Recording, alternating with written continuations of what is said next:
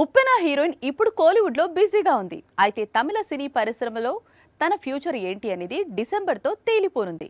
ఎందుకంటే ఆ ఒక్క నెలలోనే దాదాపు 3 కొత్త చిత్రాలు ప్రేక్షకుల ముందుకు వస్తున్నాయి. కోలీవుడ్ లో కృతి కెరీర్ కు కీలకంగా మారాయి.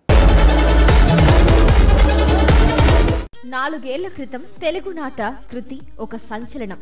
డెబ్యూ మూవీతోనే బ్లాక్ బస్టర్. దీంతో ఆమె డేట్స్ కు మామూలు డిమాండ్ కనిపించలేదు. దీంతో చాలా తెలుగు చిత్రాల్లో నటించింది. కానీ అన్ని కూడా డిసప్పాయింట్ చేశాయి.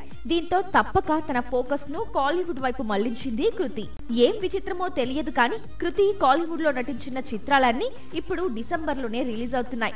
కార్తీతో నటించిన వా వాతియార్, ప్రదీప్ రంగనాథన్ తో నటించిన లవ్ ఇన్సూరెన్స్ కంపెనీ, జీనీ అనే మరో తమిళ చిత్రం అన్ని కూడా డిసెంబర్ లోనే విడుదల కాబోతున్నాయి. దీంతో వచ్చే డిసెంబర్ కృతి కెరీర్ కు కీలకంగా మారింది.